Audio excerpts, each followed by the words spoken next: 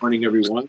Doane Baber is with us today to discuss some of the data sets and information related to the most recent election here in Minnesota. And thank you, Doane Baber. Could you introduce yourself a little bit and tell us something about you for our listeners and watchers? Absolutely. So, Weston, thank you so much for having me. I'm really excited to have a conversation with you this morning and talk a little bit more about what I've been very passionate about for roughly since 2020, or actually prior to 2020 and 2016.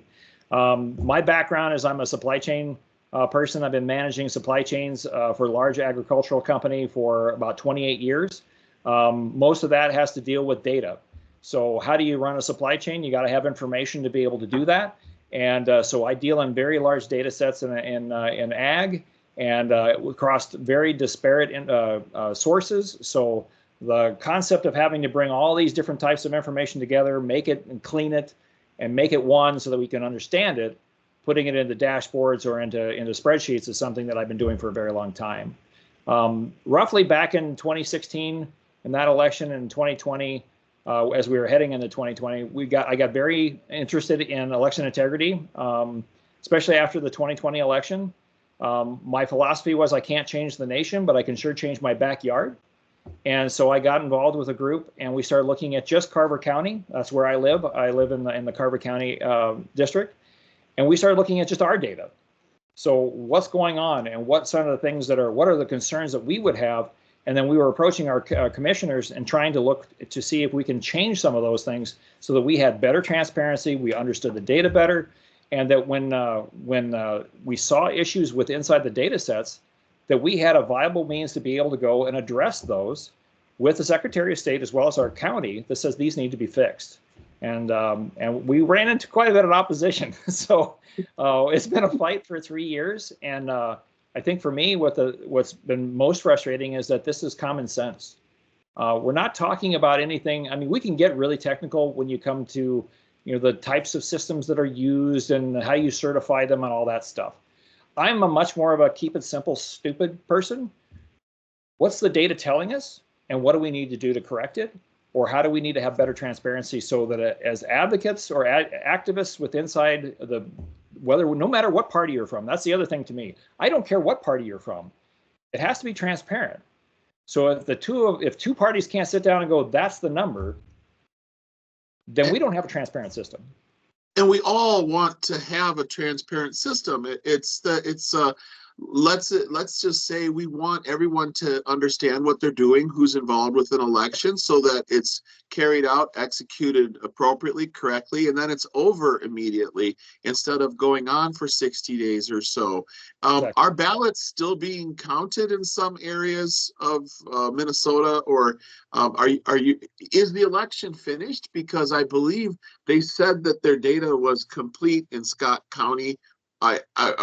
There's some confusion in my mind about whether the data is complete or if it's still ongoing. Am I wrong there?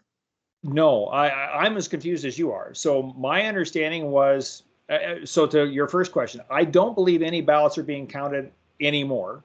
That's my assumption. I don't have hard fact. But just reading Scott County's reply to the request is saying, hey, we believe that there's duplicates in the system. Their reply would say, we knew that there were duplicates and we're correcting it. The problem is the Secretary of State does not know that.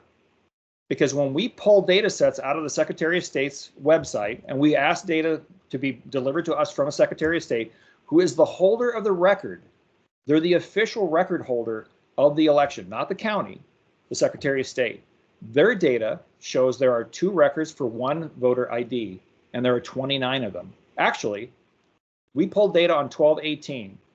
So the statute, which is 201.171, states 6 weeks after an election, the data should be done.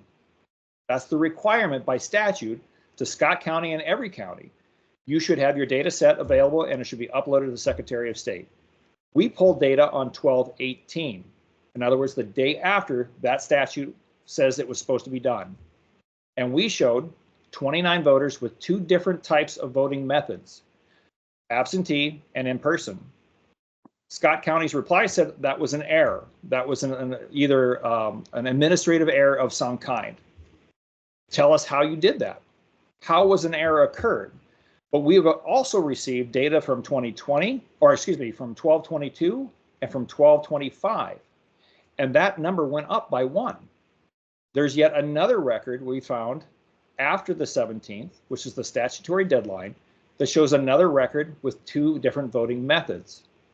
If Scott County they're sending out a press release saying, yeah, we know they're there and trust us, it's not being counted, then why is the official record in the Secretary of State's data showing not just 29, but now 30 duplicate records? Those should have been eliminated from the official record. And we know that these are 2 different methods shown for voting because these 2 different methods, I believe, are tied to a single voter ID. That's Is that correct. how we know that? That's correct. So when we pulled all the voter IDs coming out of Scott County, we started looking at, well, how did they vote? A for absentee, there's a P for in-person early, or for in-person, and there's M for mail, and I think there's one other for in-person early. You can see for one particular record, let's just take one record, the same voter ID, same date that they voted, and then 2 different, like an A and a P. So there's 2 lines of data inside this data set that says they were there, but they were there twice. Now, which record did they count? And so did they vote for the same person in both cases, or did you look that far? So that's something that the record does not indicate, right? So your vote is secured. All we know is that you showed up. What did you show up for, and how did you vote? So in this case, maybe what I should have said is it showed how you voted. So did it display that someone voted in person and in addition to that sent in an absentee ballot? That's correct. Okay, and that's a simple thing to catch, presumably, because with one voter ID, they should have known when the person showed up, or it just should have been sorted out later before the data was submitted to the Secretary of State's office. Correct. And then especially the Secretary of State should have sorted that data and sifted out the incorrect duplicates and sent it back to Carver County, Scott County, right? Yes, correct. So and then technically, I believe Scott County, as well as Carver, every county is responsible for the data set that they send to the Secretary of State. I don't know for sure what the Secretary of State's responsibility is in actually making sure the data is correct. I think that falls back on the election official in each county. But to, again, go back to their statement that they gave us, they said, oh, we know that that's there. Then why didn't you correct it in the official record of Secretary of State? And I think also in their statement, they said, if you would have came and asked us, we would have told you that. Our experience is when we go and talk to a county official regarding election information, they have always pointed us back to Secretary of State and said, you need to go get the data from them. That's odd. So let's say so to paint a picture that sort of every consumer adult should be able to understand in Minnesota, if you if your bank calls you and says, excuse me, the grocery store charged you twice for $1.56 on this day and time, and you got charged, did you buy? It's the same charge ringing through with the same verification, but it's a duplicate. Did you buy this item?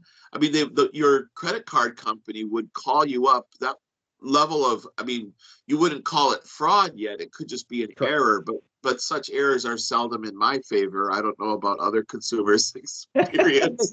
Exactly.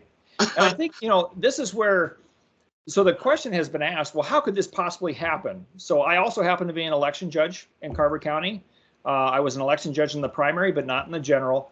But here's how the poll pad works and that piece of paper, right? When you walk in the door to go vote, you first walk up to the table and you tell them your name, and they look through the pile of paper and they said, oh, yep, here you are. That's put together the night prior to the election. So if you had voted as an absentee ballot person, in that paper ballot, it would have said you've already voted. But if they had not registered you as absentee voted at the county, then it would not have showed up in the piece of paper or in the poll pad, because you walk around that table and you go next to the poll pad people and they're checking you in.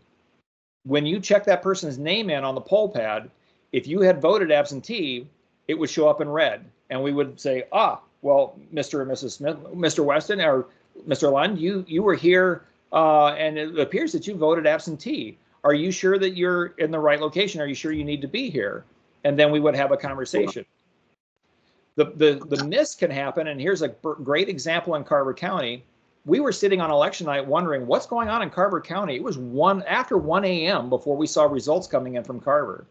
Carver County is usually very, very prompt in getting their information in. What we found out from some of our election judges is that the post office dropped a large number of absentee ballots at 7:30 p.m. on election night. They have until 8 p.m. to bring in those absentee ballots. I don't know what the number was, but obviously it was significant because that absentee ballot board had to look at the outer jacket. They had to do the comparison to make sure that it was the right person and that there was no mismatch of information before they opened the outer envelope to look at the inner envelope and then open it and process it for absentee counting. If that absentee ballot wasn't delivered until 7:30 p.m., there was a large number of people who could have gone to the precinct if they were good voters, right? They sent in their absentee ballot and they went and checked the Secretary of State's website. They would have seen it wasn't accepted. They could have gone to the polls and they could have voted a second time. And then that, because it would not have registered in the paper ballot, and they would not have registered in the poll pad because it never got entered into the system by the county employee because it wasn't received until 7:30 p.m. on election night. Is there something wrong? I mean, that's an outside issue, but it seems there's something wrong with allowing the post office to drop, I don't know how many ballots that late in the evening. You'd think, I mean, polling's been open for weeks at this point, and absentee ballot goes on for a couple months. I'm not even sure 34 how days. long so how many ballots did they drop at 7:30 p.m.? That we don't know that information, because the other thing that's also kind of unique with the data set that we received, especially out of 54A, a lot of these duplicates show that the voting that person was registered and voted on election day. Some of the canvassing we've already done, those folks said they went well in advance and did their absentee balloting. So why was the registration changed? That's highly unusual, and these people know that they had registered in advance and that they were already registered, and it showed they weren't. Yep. So, I mean, what all this states to me is that obviously our election processes are not bulletproof. Yeah. And what's frustrating is when you try and start talking to the county and ask the county to give us, well, tell us about your process. How does this work? How would an individual who is sitting in the county, who obviously has access to these systems, we don't, we just get the data out of it, and they received an absentee ballot, and then they basically register that person in. I receive a ballot, I've checked the outside ballot, that outside envelope, and I agree this is the right person. I go into the system and I said, Sally Mae just sent me an envelope and I'm receiving it on this date. Then somebody had to come back around later and go back and enter on top of that, they voted in person, for that to be a double record. Well, as an election judge, I see that on my poll pad, it shows up red. Wait a minute, don't check them in. They've already voted. So is it a system issue that the person at the county doesn't see something in red saying, hey, wait a minute, before you enter a record, this person's already voted and you have their absentee ballot? Or, again, we don't know. We're not attacking anybody. We're not saying there's anything unethical. We're simply saying, tell us the process and help us understand how that could have happened. And then how are you accounting for it? So can I ask you, is Scott County today on this, I mean, as of now, or most recently, is Scott County calling this a technical issue, or are they saying that their data is complete? Because my understanding is the Secretary of State's office says it's complete, and then so is there do we know if there's a technical, maybe we don't know. As of the last data set that we received from the Secretary of State's office, the official record, which was 12/25, all of those duplicates still show up in Scott County. Yet, to your point, it says it's complete. Well, if it was complete, then we should have removed the errors. How interested is the legacy media and legacy press in this story at all? Is the legacy acting like so-called election deniers? That's the favorite. Yeah. Why isn't CBS News, or why aren't the big guys with millions of dollars, the ABC networks, why aren't they calling you up and giving you airtime to talk about this issue? Has the media been on the story at all with Scott County or Carver? No? I think that the only thing that the media has really, even focused on was, hey, this was a really close race. It was decided by 14 votes. And Scott County admittedly said, we destroyed 21 votes. We don't believe that those were counted. And so there's a difference between 14 and 21. So if 21 votes were thrown away on an election that was decided by 14, and there's been a court challenge to this that says there needs to be a complete new election for this particular race, because we obviously have 21 votes. We don't know what those 21 votes were. And if it was decided on by 14, then both of these candidates deserve a re-election to determine who actually won. But do we know the voter ID numbers of the ballots that were thrown away? No. So what we potentially could look at, one of the analysis that I would even propose, right, is you would have to go look at who was sent an absentee ballot and what was sent back. Now, unfortunately, those can be very big numbers. I can send out 1,000 absentee ballots and only get 500 back. If 21 were thrown away, how do you determine of those 500 were the 21? You would have to poll all those people to say, hey, by the way, did you actually send it back? So that's why at this point, it really makes more sense to just simply have another vote, send everybody back, and let's do another election. So is there so it's not a case of we just don't understand what the government's telling us, and in their the government and its wisdom, we should trust what they're telling us. It was a technical error. We simply don't understand their data. I mean, for a while they're saying that, oh, you just don't understand how these things work. There's no are we supposed to? I mean, this is how the sausage is made of an election. Well, my favorite saying is garbage in, garbage out. So we have garbage data that's been uploaded. Well, let me temper that. We have error-prone data that was entered. The county is saying we've corrected it, not by the official record. Please correct the official record. And then activists and those who want to do research into election integrity have good data to be able to pull from, and then start seeing, well, what's happening in the county. But as of the last poll that we have, that data is still incorrect. So I'm sorry, I don't trust that the county has done what they said they did, because I don't see it in the data. The data is wrong. The data sets, the data you get out are only, the results you obtain are only as good as the data sets that are fed into the system before the numbers are crunched. So there's an error. So in the current disposition of the matter, they're going to have another election, right? That's currently in the hands of a judge. I don't think I've seen the results of that lawsuit as of yet. My assumption is that they'll come to the same common sense solution that you and I are sitting here talking about, that says, we can't impact a candidate because of a 14 vote difference when 21 votes are unknown. So was there a press release, where Scott County says that they ran a report and there were no duplicates found, and then 3 paragraphs later they say they examined the duplicates? They say that they say, I can post this. This was sent by a Minnesota State representative just to help the conversation go along. So in Shakopee immediate release, Scott County can assure the public that there were no duplicate votes in District 54A in the 2024 election, said Scott County Administrator Leslie Vermillion this afternoon.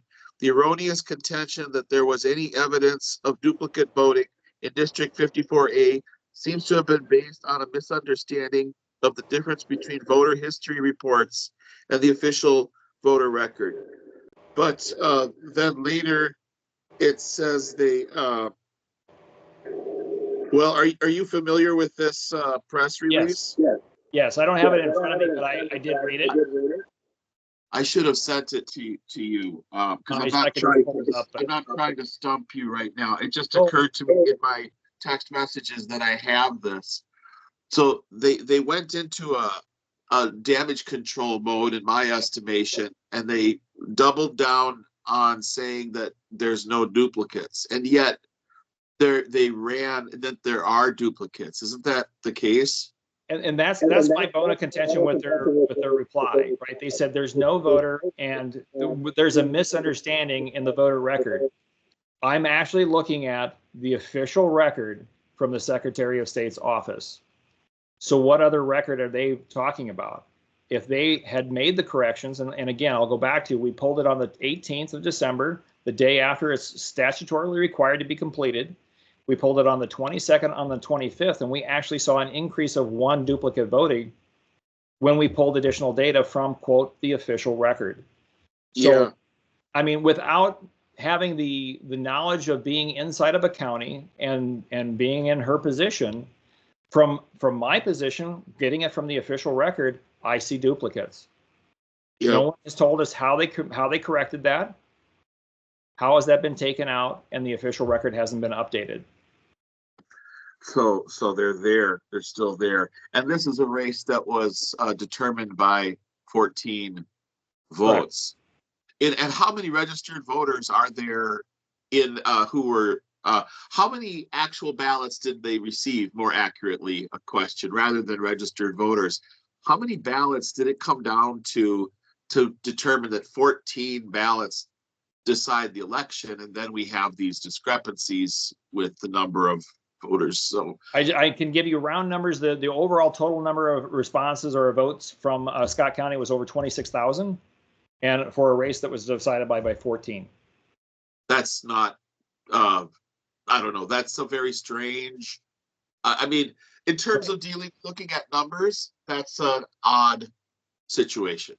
And obviously that would cause a recount, but the issue is, I have 21 votes that the county has admitted that they destroyed. So that's where it becomes a court challenge. I could do a recount, but I'm missing 21 people's voices. That's why it's very important that this should side on the air of, let's let the voices be the voices, and let's go back to the citizens and let them vote again. Why did they destroy the ballots? My understanding is those are supposed to be kept for up to a year before they're destroyed. So there was the theory has been floated that somebody at the county, a county official, thought that they were destroying the outside jacket, that identifying jacket, and didn't realize that there were actual still ballots with inside those 21, and they were shredded. So an error caused by, maybe somebody didn't understand the process, maybe it was in the wrong bin. I mean, these are the things that we've asked in the past, at least of Carver, say, just walk us through, how does this work? And we've never been able to get a clear answer or a walkthrough of the process. And how did we even know that that number of ballots were destroyed or went missing? Did they find someone who admitted that they did that? So that is why, they destroyed all those ballots, they shredded them, and then they dug them out to make sure they had destroyed 21 ballots out of the shred. Absentee ballots are counted separately from the rest of your precinct or in-person voting, and those are put and should be placed in storage with the other absentee ballots. They would have received those ballots. So somebody typed it into the system, I received this ballot on this date. And there would have been a corresponding missing 21 paper ballots counted in the absentee ballot bucket. Is there a screw up here? Okay, so they throw away 20 ballots. There's 30 duplicate votes. And election night, they had posted that Aaron Paul won by 360 votes, and they pulled the race. right? What And is then it is was this the? yep. So then the turnaround, the screen flickers out, flashes down, goes dark, and then A new number the pops Grand up. Poobah, the Wizard, the Wizard of Oz presents a new. So what happens there where the screen flickers out? Have they explained any of that? Not to my knowledge, and this is where again, all with all due respect to Leslie and the folks in the county, these are the reasons why we're asking questions. It's not to point a finger. We're not accusing anybody of any wrongdoing. Most of this has been an error or just an error in process. What we're looking for and asking for is transparency. That's the same from Carver County as well as Scott County. When these errors occur, do us a favor, sit down with us and tell us. I think most people in my position and those who have been working on election integrity since 2016, we're reasonable people. We want to understand what's happening and we want to help.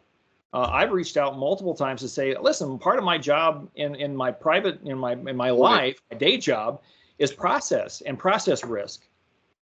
And I've offered to my county, can I come in? I would love to sit down and talk to you about how does this work and can we identify where there's a process risk? And maybe we can help you process that out. I won't charge you. I'll do it for free because I really want to make sure that everybody gets a vote counted. I want it fair for everyone because if I'm a conservative and if we lose, my job is to understand why did we lose. I can't do that when I have data that is unreliable or not updated because now I don't have the story.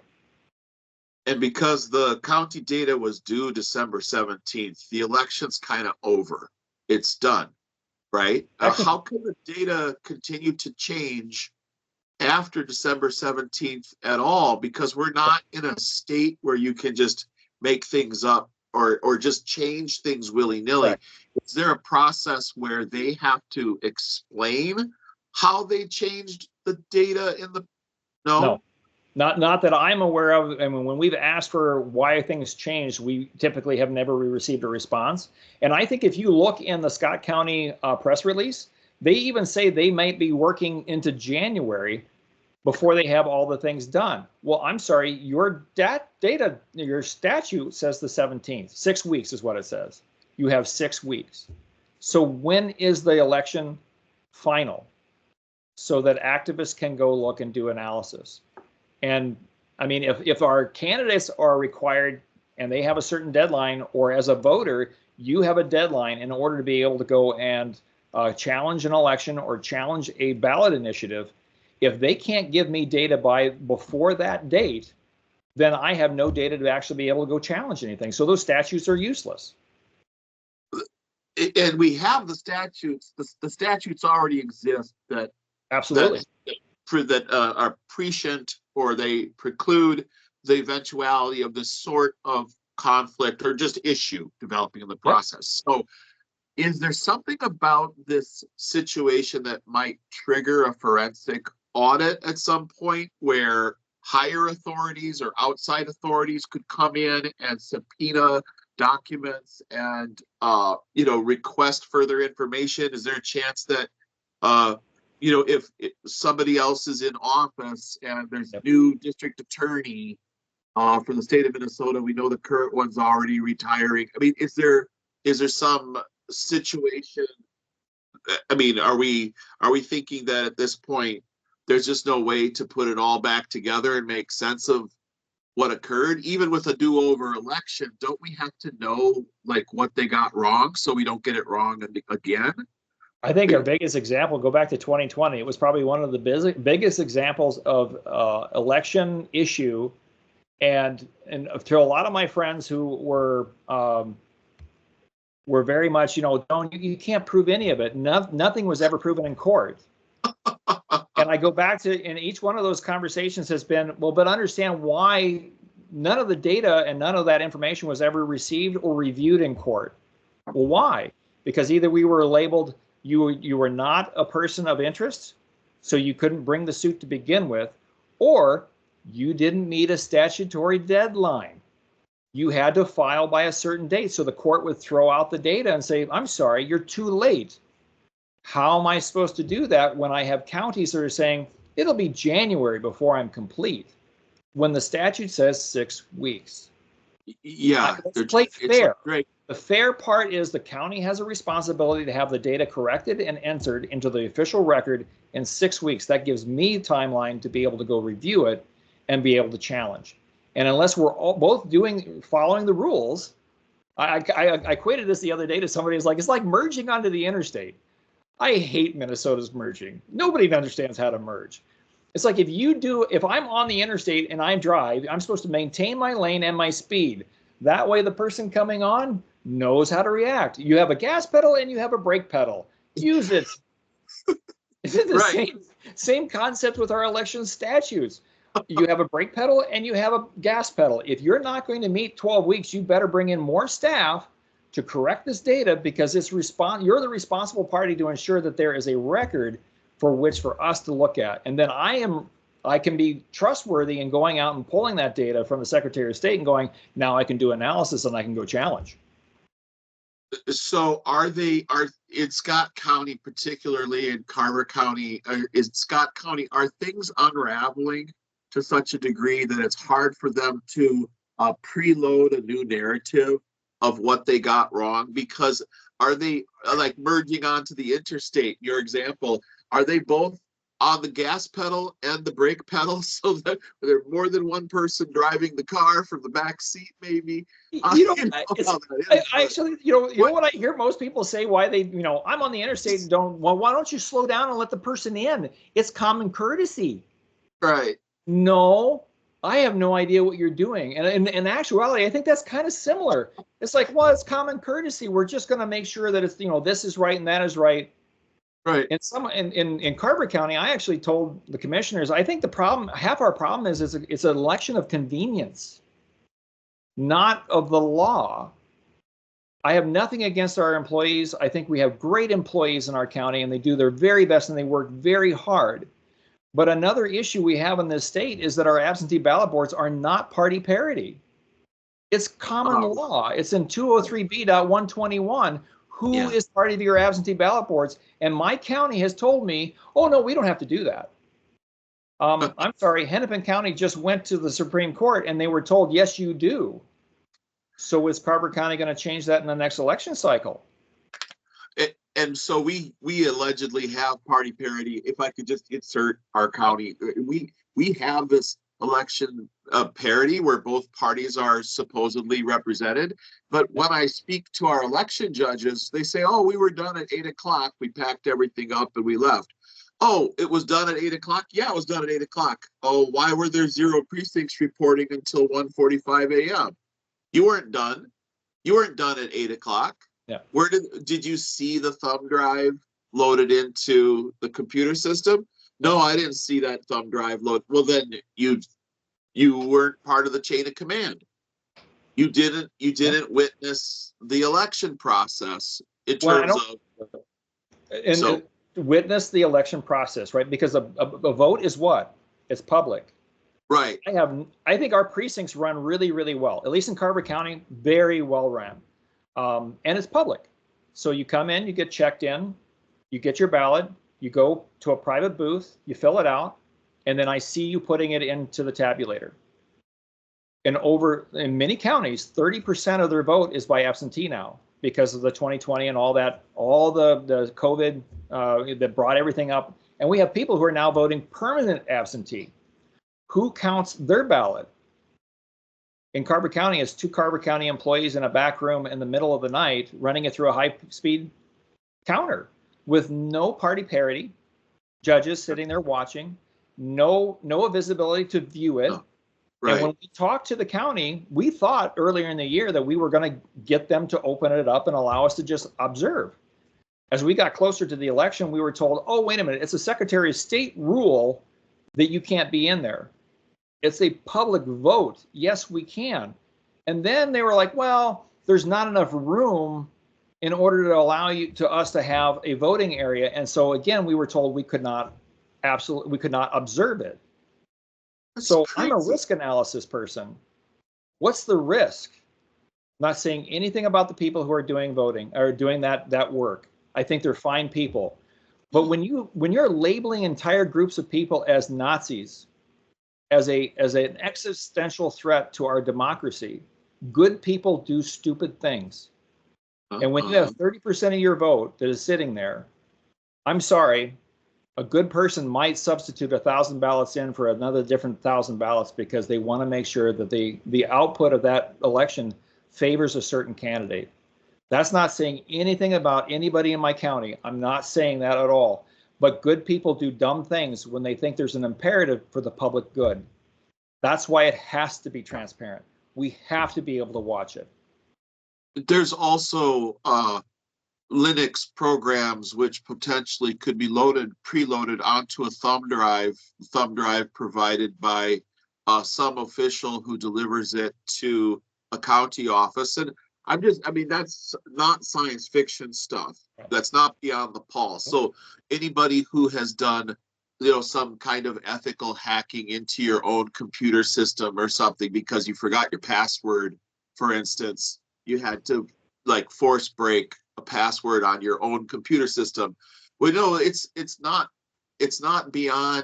not science fiction to be able to pre-engineer things like that. So you want as many eyes on as possible so that when the thumb drive goes into the computer and then the data sets on the thumb drive populate, you want people present who are familiar with the data that was loaded into the thumb drive. So we're not being election deniers. The projection from the other side for 6 years has been, and that talking point, the terminology election denier, was preloaded to preload a narrative into the public's mind and into the press's mind, so that it would discredit anyone who asked reasonable questions and asked for transparency of the process.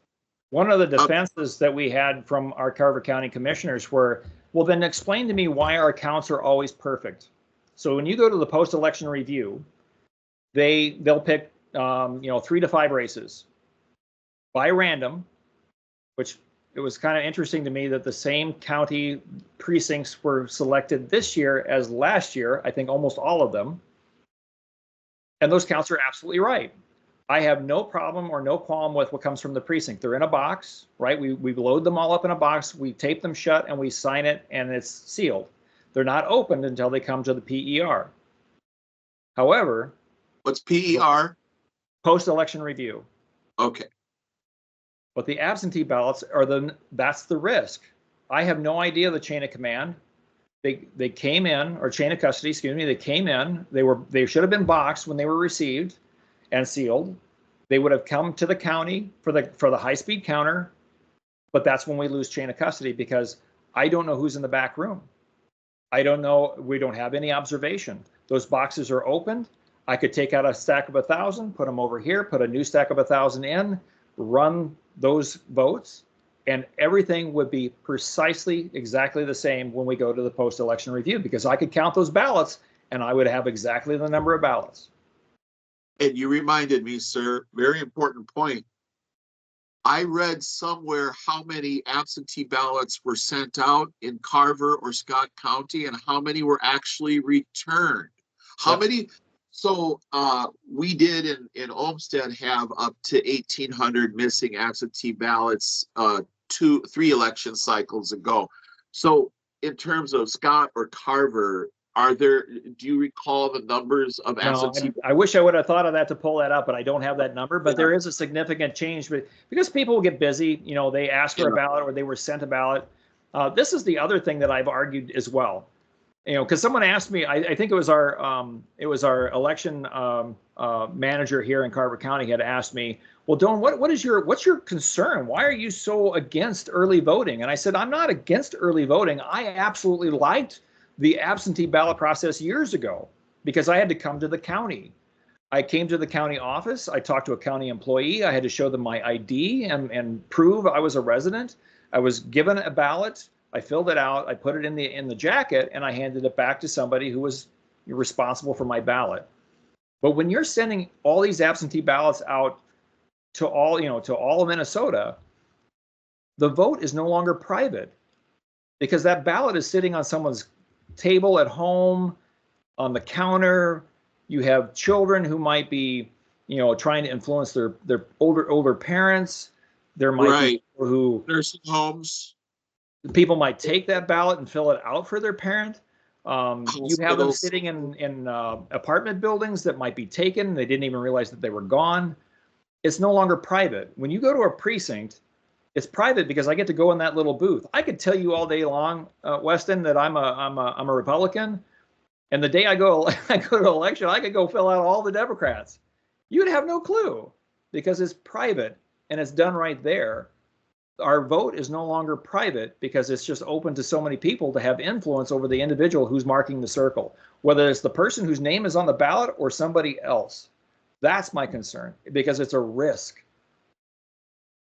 Another odd thing is that there's probably 50 different news sources that have the same headlines on Scott County and Shakopee, and when you have 50 different monkeys on 50 different typewriters coming up with the exact same headline, there's something wrong in my view. I'll put that commentary on me because that is just, it is what it is in this postmodern life.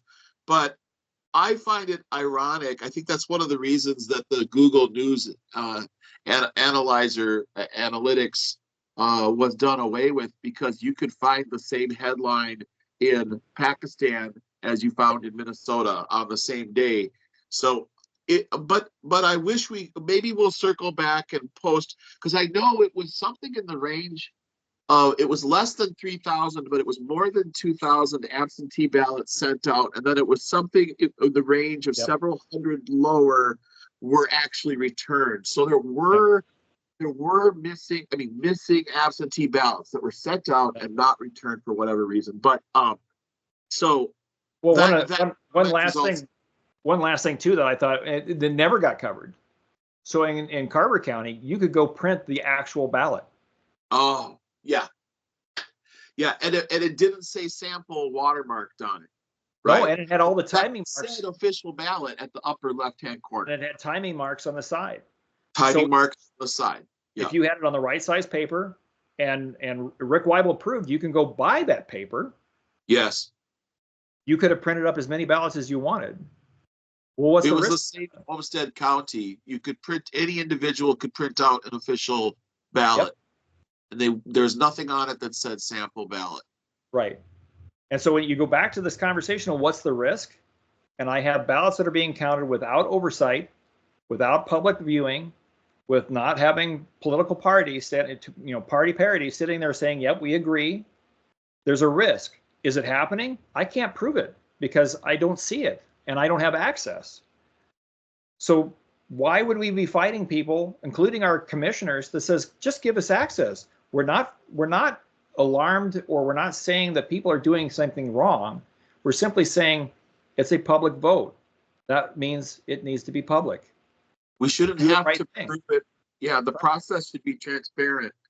Well, this has been an amazing session, and again, I'm astonished that the legacy media that has the backing of billions of dollars at its command can't devote a little time to getting all of the stories and all of the sources information out there to the public. And thank you for being a person who is ensuring election integrity in your area. We have to act local. So I'll let you have the final word and the final goodbye, so to speak, and we can wrap this up, sir. Thank you. I think the biggest thing I would do is encourage people. I mean, a lot of times when you say, hey, I've been working on election integrity or something political, people today are very standoff. They don't want to get involved, or they're concerned that their neighbor will will find out or something. But at the end of the day, all I can encourage you is go ask questions. Go to a commissioner meeting. Go to a PER. Ask questions. You're going to find things out that I don't think most people would have known, and I think that it will concern them. And the larger voice that we have from the county, from the community, going back to what I said earlier, I can't change the nation, but I can change my backyard. That's why I'm involved. But go be an election judge, work with your city and help them. they're not going to turn you down. You're going to find out things, and it helps make the process better, because what makes voting and democracy, actually a democratic republic, great is that you have to have involved and educated public that gets involved in the process and the system, and we don't have enough of that right now. So just really encourage people to get involved. Fantastic. Thank you very much, Doane No, Baber. thank you. Look forward to talking to you again someday. Sounds great. Thank you so much. Yeah, bye-bye. Bye.